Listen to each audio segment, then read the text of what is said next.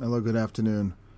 Welcome to Line by Line Bible Studies, but we're not doing a Bible study today. I want to talk about why I went on the Alex Jones show, because that might be surprising or unexpected to some people who listen to me. Why would I do that?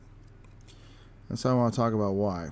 I got some messages from people questioning it, being kind of alarmed, afraid I'm going to become Alex Jones's pawn, and I can assure you I am only the pawn of the Lord. As far as going on that show, I have nothing to really offer him. There's no fame I'm going to bring him, and there's no disciples I'm going to bring him. But I thought it was a great opportunity for my brother and I to promote our business and also to express a viewpoint that I wholeheartedly believe in. And that is that men ought to be free to speak. Some of you may know Alex Jones was deplatformed this summer, or was it or was it autumn? I forgot exactly when. Basically, Google, Facebook, all these tech giants banded together, or at least appeared to band together because they all did it at the same time. It seemed like they were just waiting to do this.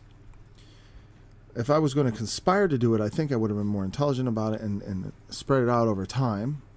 So I don't know if it was a conspiracy so much as ideological possession. And they were all possessed of the same spirit and were ready to do the same thing. When one of them moved, the rest moved immediately because it was sort of a bandwagoning effect. They want to ban people they disagree with. It's something they would love to do because it's part of their ideology that certain thoughts should not be allowed. They don't realize how dangerous this is, though. Because when you don't allow people to think, you force them to fight. And it's better that we have thoughts. It's better that we argue these things out in the arena of ideas. And if our ideas can't survive that battle, I suppose I see why they get upset, because they think my idea lost and I feel invalidated as a human. But we need to be able to be resilient and reform ourselves in light of new information. If we have entertained bad thoughts or let's say ineffectual ideas about how the world should be. Anyways, Alex Jones was deplatformed, and it bugged me, because not that I'd ever been particularly a fan of his. I'd been pretty much critical of him, not publicly or anything, but among my family, people who listened to him. I was critical of, I thought he was hyperbolic, sensational, and exaggerated things. Though I found, I've been aware of him since the not late 90s, but I think the early aughts probably. I heard him on Coast to Coast AM, I think is the earliest thing I heard him. I think he used to show up there once in a while. He was definitely interesting as an animated, interesting personality, let's say. Funny guy. Pretty amazing broadcaster, just in the art of broadcasting. I mean, someone who knows how to catch attention and to really get his message out. Now, I always thought he was a bit too hyperbolic and not accurate and such. And for example, one of the examples I used, it's really the only example I have, because one time I had family members who were into him, watching him all the time, and I was like, you gotta listen to these things he's saying. It's like, you understand, he's going and taking it to the utmost threat. Like, here's something that's going on, and he's gonna interpret it as being like really, really, really threatening. I'm like, but it's actually much smaller than that. But he is saying that this little thing can grow into this horrible thing, this monstrous thing. And on some things he might be right, but on other things he could be wrong. For example, the example I was going to use is several years ago, the Girl Scouts. There was a Girl Scout who was forbidden from selling cookies by some police officer. And for Alex Jones, this is the beginning of the police state. Now they're not allowing the Girl Scouts to sell Girl Scout cookies. The sky is falling. It's all over. And I looked up, look it up. I remember he always said, look it up online, just Google this. And you get his headline of his website. But I wanted to find the original. I did. And it turns out there was a Girl Scout.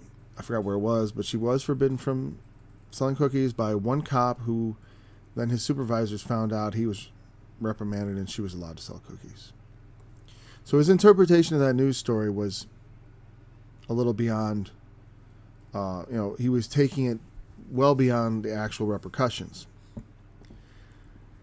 But I understand. I understand how he does that. I don't think it's out of necessity. At the time, I thought it was insincerity. I thought he was just intentionally sensationalizing these stories to just to make more noise. Maybe people still think that's what he does, and maybe to some degree that is part of what he does. I don't know. I don't judge why he does things because I can't read into people's minds. I tend to think he's actually just sincerely passionate about things and sometimes overlooks details and overlooks, some critical information, I guess. I don't know. And it can get him into trouble. But the question is, should such a person be allowed to speak in a public forum? Because though Facebook, or let's say, though YouTube is owned by a corporation, it is essentially a public forum. People are allowed to say all kinds of things in there. And unless what they're saying is actually illegal, they should not be prevented from saying it. That's my opinion. And these companies, they're going to start censoring people based on the content of their speech. It is a dangerous and slippery slope. Some people would say, well, we just want the rules to be applied evenly. And I'm of the opinion, no, I don't want those rules applied like that. If it isn't something you would be arrested for, they shouldn't remove it from the platform. Part of my opinion about Alex Jones changed over the past several months, and I'm not a follower of Alex Jones. I am not endorsing any particular position of his other than those I already agree with him on, such as free speech and the other things we discussed when I was on his show. I disagree with him probably on a lot of religious topics. Though we're both Christians, that's not uncommon for Christians to disagree about points of doctrine. And maybe there are other things I disagree with him on. I don't watch him enough to really zero in on that. But the thing I'm concerned about, it's not that I endorse his positions. It's just I support his right to have them and to speak them, and for other people to be able to listen to them and decide for themselves whether or not they want to believe it, or whether or not they think they want to research it, or whether or not they want to act on it even. For example, like you could argue that, the pro-life or anti-abortion, however you want to characterize it, let's just call it anti-abortion. I'm fine with that. Although people psychologically, they want to be pro everything. They don't want to be against anything. Well, I'm anti-abortion, right? I'm not for it. If you truly believe people are killing babies, that has also led some people to go out and shoot abortion doctors because they believe that they're murderers. And if you believe abortion is killing children, it is kind of murdering. And so, you could make the argument like, well, if you say that, you might inspire people to go and take action against that. And you might. But does that mean you don't have the right to think that that's murder? Or even to say it's murder? The law says it isn't. Okay? And the law is very convoluted around that subject, if you think about it. It says it isn't. But if the baby gets out and you kill it, yeah, it is murder. It's like, same baby, different position. So, the law is very around that. But nevertheless, the fact that something I say might upset someone and provoke them to take an action that would be illegal does not mean I have broken any law or my speech deserves to be cut off. Just because speech is provocative. Just like if you didn't see the game we made, and there's also a video of it, I was the programmer and I was also the creator, essentially, of the idea of showing Alex Jones taking an axe, and then this character would come out with a blank face. It's called an NPC. It's a non-playable character, and it would have a logo of one of these corporations like Google on its chest, and you press the button and Alex Jones smashes it, explodes, the body parts go everywhere, and then the Google goes up there, one down. And when you get all 17 logos, you win the game, and the sun comes out and destroys those logos. And that's a very intentionally crafted piece of speech on my part. And also the background, you have these characters marching, and first they're chasing Alex Jones, but as he kills each one of these logos, they change into a real person. And my face is in there too. They change into a real person, and they march up. Now they're standing behind him. They keep coming after him with lies, and all they're doing is turning people who might not otherwise be interested in Alex Jones into supporters. I don't think I'm otherwise very interested in Alex Jones, because I'm not a... I did a study on my website called Conspiracies of the Global Elite or something like that. And my thought on it is that I am running the most diabolical conspiracy of all. Like I said, I'm a servant of the greatest tyrant the world has ever known, the God of Abraham, Isaac, and Jacob. I'm one of his servants. And so, I'm involved in a conspiracy to overthrow all the governments of the world and place Jesus Christ as a dictatorial, tyrannical, ruling king. A benevolent one, true, but it will not seem so to those who hate him. Remember, the good king, the wise king, is always hated by the underworld, because the underworld despises the wise king, because the wise king keeps the underworld in its place and does not allow it to bubble to the surface and to oppress the regular people. So I am involved in a conspiracy with the God of the universe to take over the world and bring it under the denomination of the government of God, and with whom I expect to take position. Okay? So, as someone who's already involved in that conspiracy, I look at these pathetic attempts of man as somewhat pathetic. But still, while I'm here, I've got to deal with it. And I've got to stand up for what is right. And I think that if Alex Jones wants to entertain the most outlandish, far-fetched conspiracy theories about any particular news story, because everything he says is always based on some truth. There's always some news story at the bottom of it. Google does this. Oh, now they're planning to, they're going to control everyone's minds pretty soon. That's his take on it. That he suspects that is what they're after. And you know what? Maybe he's right. I don't know. But I want to hear. I want to be in, or maybe I don't want to hear. I want to be able to hear. The fact that they started, that now if I go on YouTube, a place that I frequently, I'm engaged there as a creator, he's kicked off that platform now. I find that extremely offensive. He is like the canary in the coal mine. He's entertaining the most outlandish ideas. And a lot of people, the people who are afraid of him, why are you so afraid? Why are you so afraid of Alex Jones? What's there to be afraid of? He's so, what? What's he going to do? His show is called InfoWars, or News Wars. He has several different names, but one of his brands is News Wars, InfoWars, because it's the war for your mind. I've heard that. It's a war for your mind.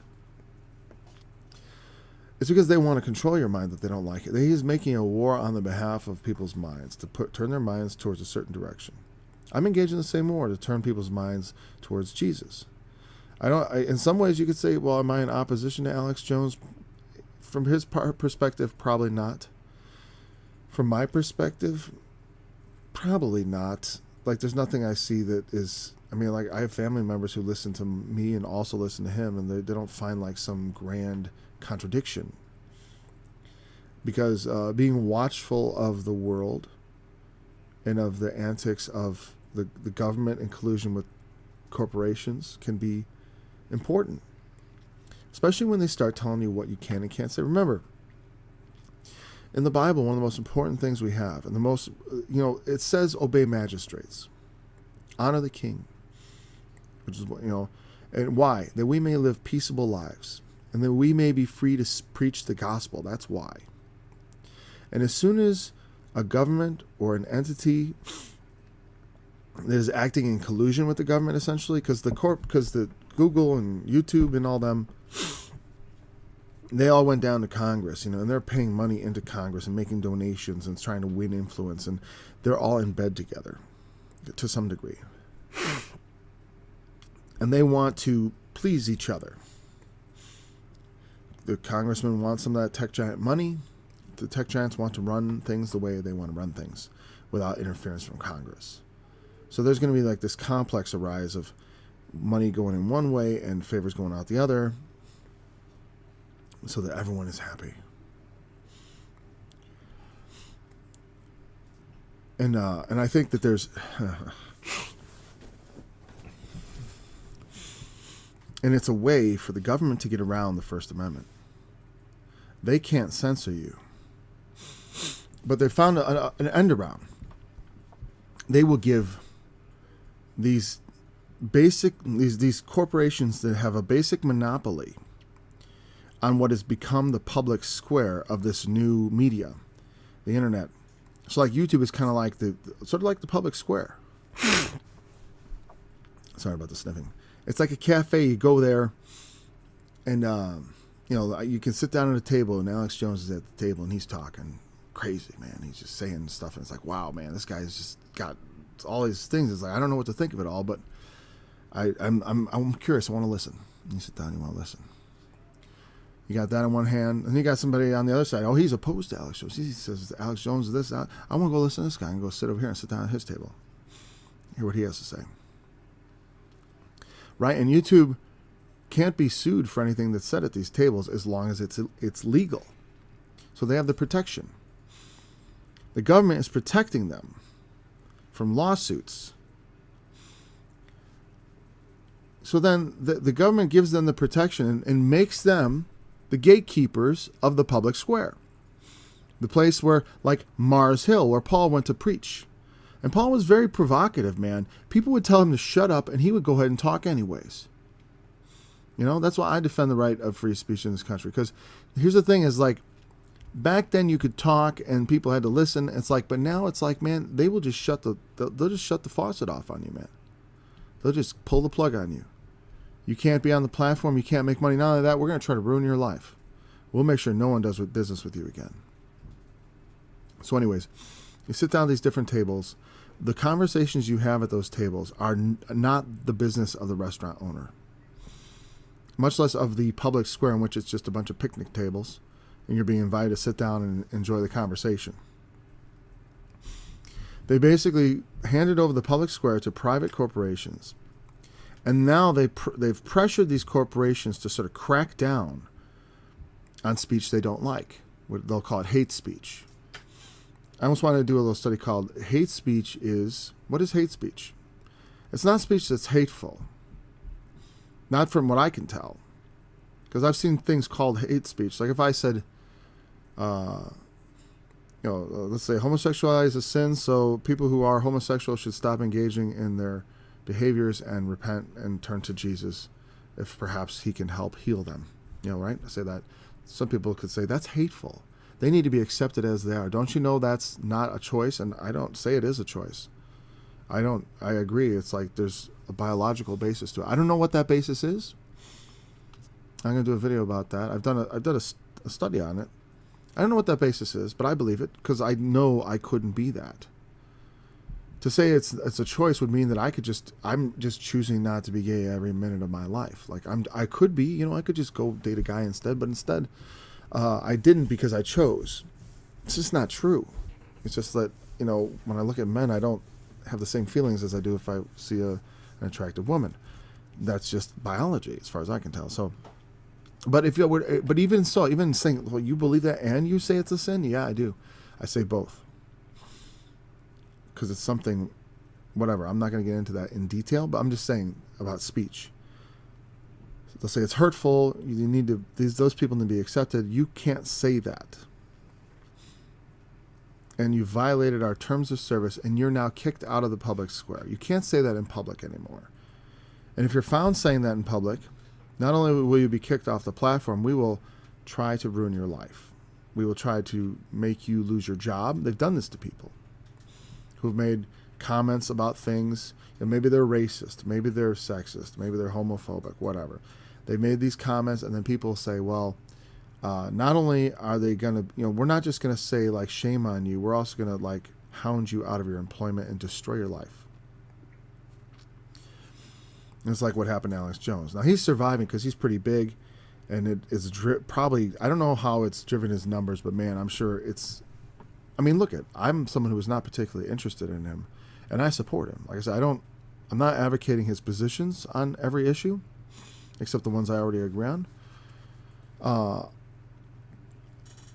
But I am supporting his right to speak and hold positions that people don't like, and I support the right of anyone who has a position that's outlandish to speak and hold it. That's it. There's no more extreme position. Like I said, you think abortion is murder. That's an extreme position. You know, someone hearing that might take that seriously and go shoot an abortion doctor? Something that they shouldn't do? I mean, I'm not advocating that, I understand? But what I'm saying is, like, you speaking that could be interpreted as a one-step. You're almost calling for violence by calling it murder.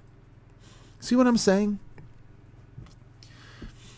If you have an opinion because that's what they said about Alex Jones, basically, that he, like with Sandy Hook, that he because he entertained the idea and reported that had been reported to him that there were actors, and there was a false flag and it hadn't been real.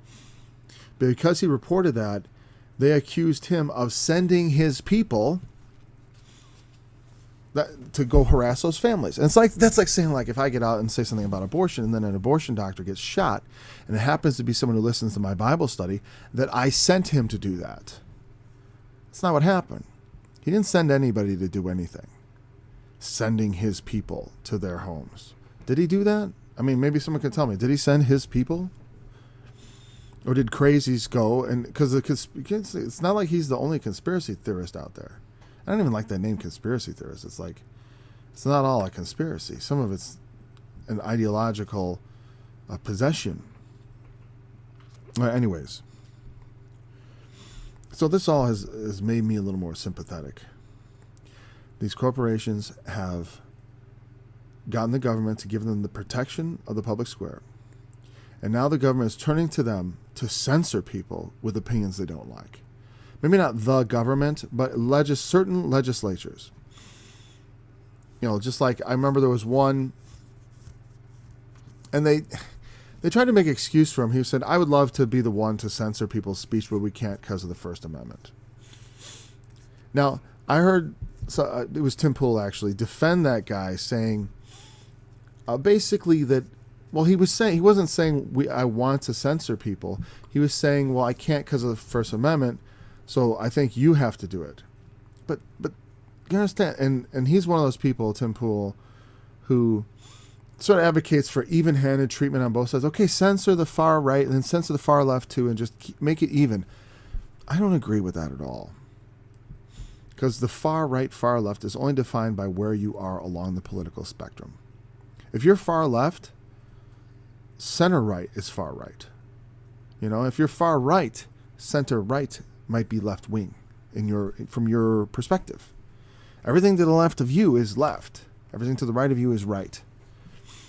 And it just depends on where you think the center is. People generally think of themselves as near the center, because the center is like, think in terms of sin and righteousness, because a lot of this is a religious type of conflict. The center is the target. You know what I mean? And so everyone ultimately thinks of themselves, at least subconsciously, as being on target. And so they look at their position as being where the center ought to be. That is where the right choice is the aiming properly at the right answer. And though they wouldn't consider themselves center, they know if they're right or left or whatever. They have this idea of politics. But subconsciously, they all think of themselves as in the correct position, which is the center. The center is the absolute balance between right and left. And I'm not making a statement about our own right and left, because we define right and left based on other things. I'm just saying the subjective individual sees right and left in terms of themselves. Well, someone's deviating to the right, they're a little more conservative than I am. Someone's deviating to the left, they're a little more liberal than I am. They may understand that they are actually center left, center right, far left, or far right. But the farther you go to either end of the spectrum, and that becomes your center, the more extreme any position, more distant from you seems. And once you give over that decision-making to these, they're basically corporate oligarchs. They have no accountability to anyone, well, to Congress, but they have all the money to buy off Congress if they want, and to get legislation passed to kill their competition, and so that they can regulate what people say. And so, say today it's Alex Jones, next it's you. Maybe not you, maybe it's me. Maybe that's why I'm more concerned about it. Like I said, if I want to stake out a position on any hot topic, which I generally avoid, as people who listen to me know, I'm not really into hot topics.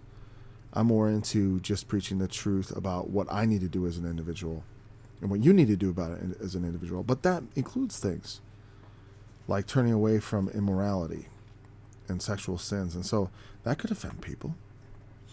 From unnatural desires.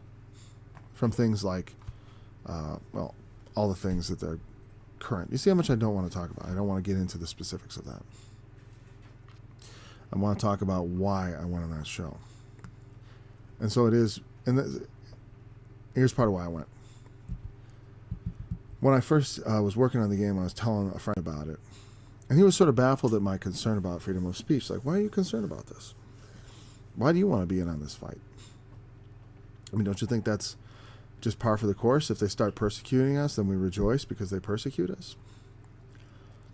It's like, yeah, I see your point, but I don't want to be persecuted. What I fear is that I would be sitting silent as others were persecuted, and somehow think that I owned part of that persecution. You know what I mean? Like, I'm not sitting. I watch other people be silenced, and then it just goes and goes and goes until then I'm not allowed to preach the gospel, and I say, well, there we go. I want in early. I want to be the first persecuted for my speech. I want them to know how I feel about it.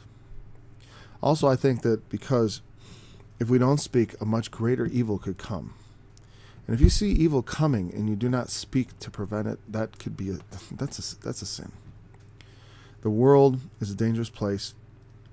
And when you cut people off from speaking, you cut people off from sources of income, such as like you get guys like Sargon of Akkad, who Patreon kicked off because he used, I don't want to say he used a racial slur, because he did not use a racial slur. He uttered a racial slur. There's a difference.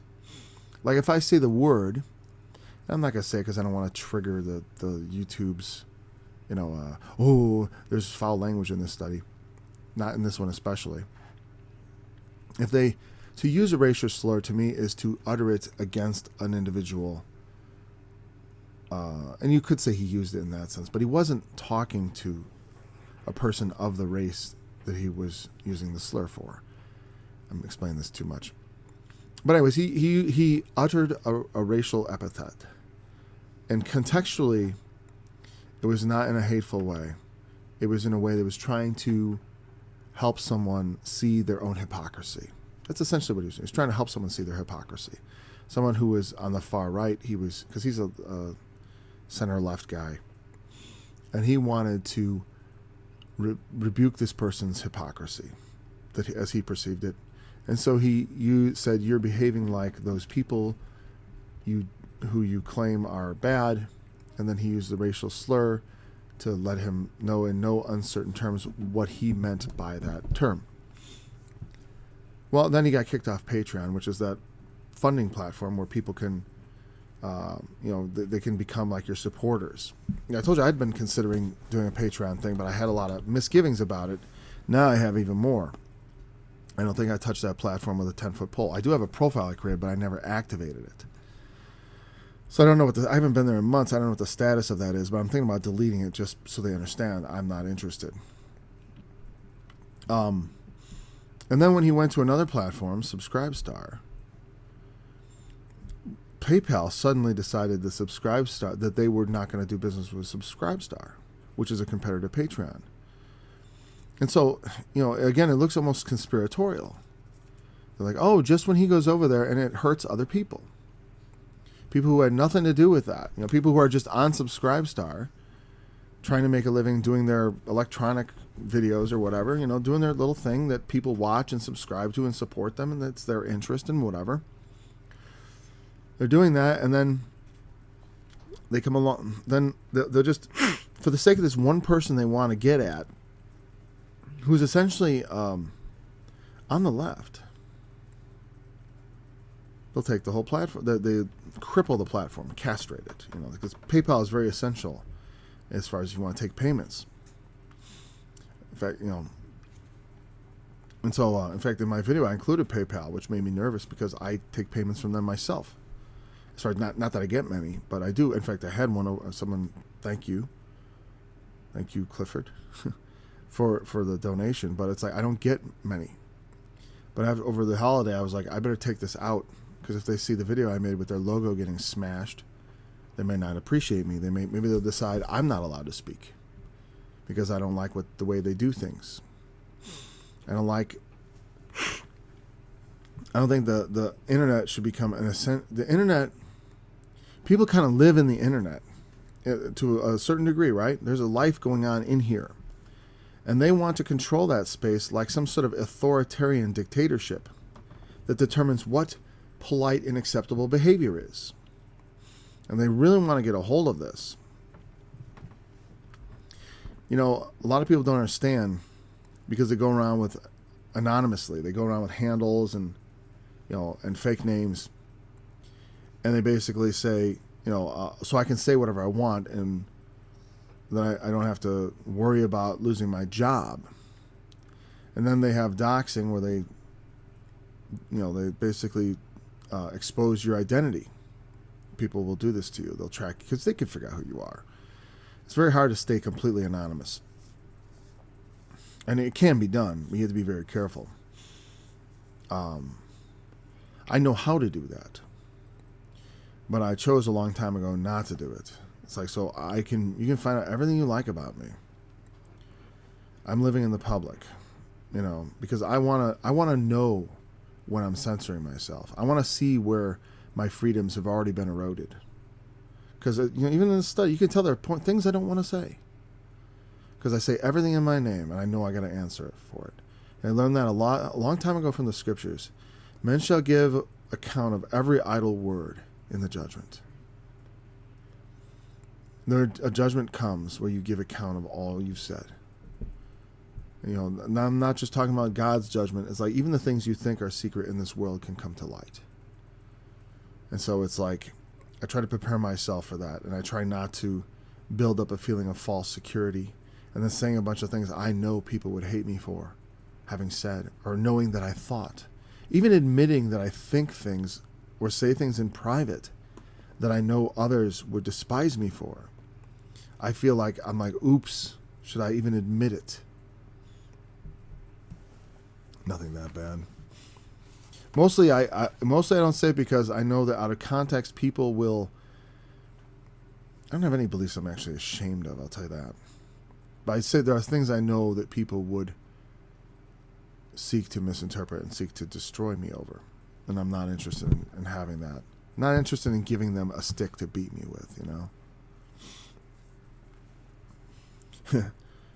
So anyways, I could say a lot more about Alex Jones. But I don't want to make this a lengthy thing. I want to show because I support his right to speak. I support the rights of everyone to speak. As long as it isn't actually illegal, it should be allowed on platforms like YouTube. And I could talk about the monetization issue, which I've thought about quite a bit. Because, they don't want to, a lot of advertisers don't want to monetize offensive content. They'll monetize plenty of offensive content. That's what annoys me. You get these late night hosts who hate Jesus, hate God, hate Christianity, and they get monetized up the wazoodle. They get all the advertisers you want because we don't complain enough. We don't go after them the way they go after people on the right to destroy people who want advertise to support people who work hard to create content of a more conservative perspective, right? And I'm not an absolute conservative anyway. I've got a lot of very libertarian ideas. Well, they go after the advertisers They destroy their sources of income. But they could have, for monetization, they could just say, do you mind this kind of content? And they could have little check boxes. And you can opt out of certain videos. And then on the offensive videos, or ones with, controversial content, like if, maybe, something like a vaping company, right? They sell vaping, right? It's considered kind of not the most, it's like cigarettes. It's considered kind of a vice, right? Well, maybe they don't care if they get on, if their vaping product is advertised on Alex Jones. They don't care. They don't care because they know that the people aren't respecting them anyways. Well, then let them advertise on that. And they should have some sort of system where the advertiser can say what kind of content. Do you mind your product being shown on controversial things?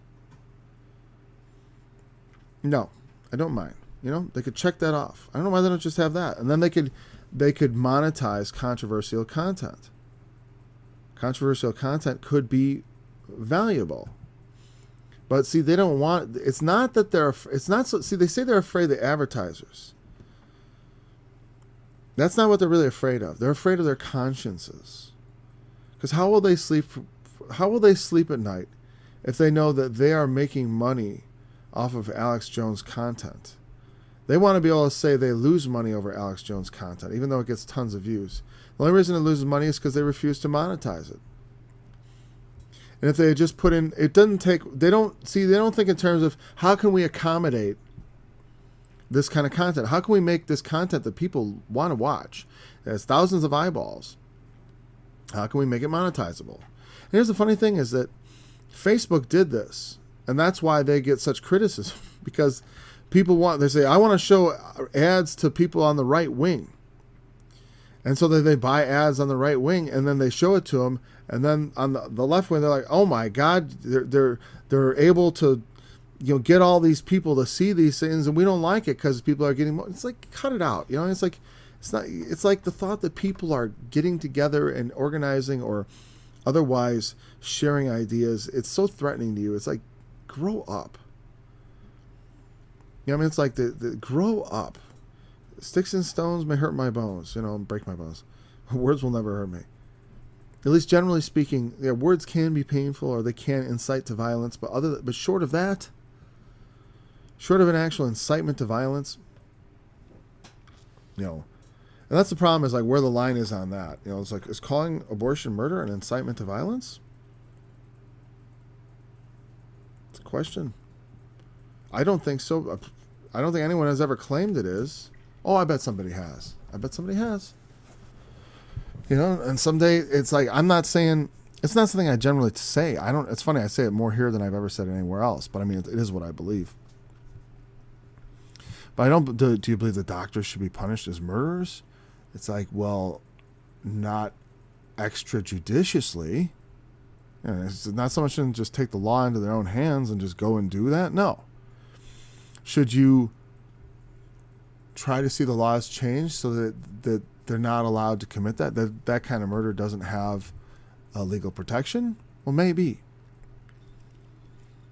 Or at least they somehow curtail it, early detection. It's like, I would be a lot less concerned about it if it was earlier. I mean, I hate it all, because the moment a child is conceived, it's like winning the lottery. I don't know how anyone can deny that.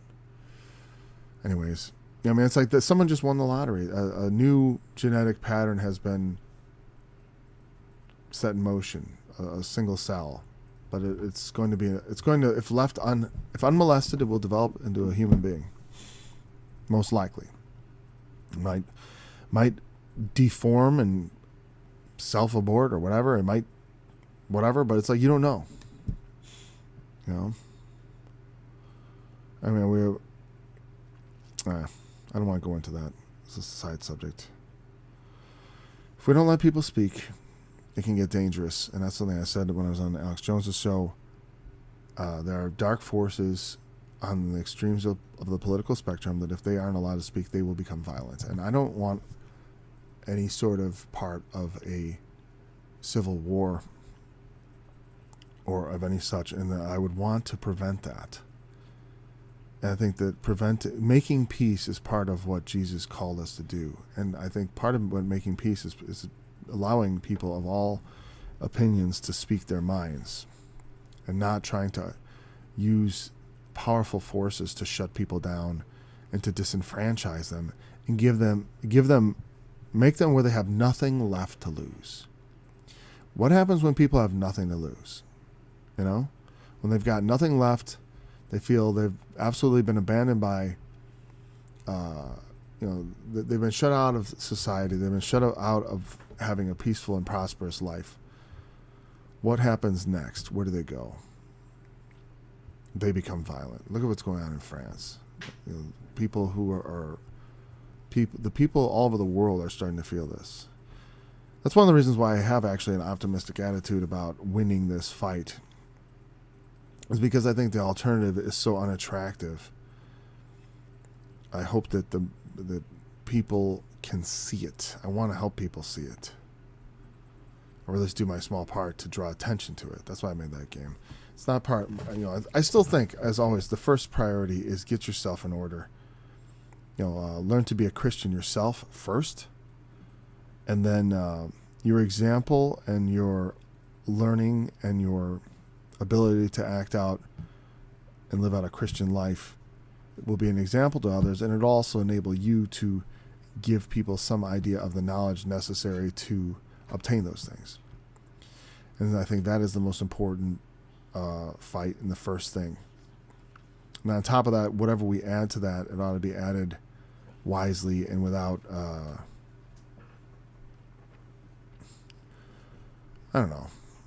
without what? I was just making rhetorical flourishes there. Anyways, that's all I got to say on this subject. I could say a lot more, but I think that's enough.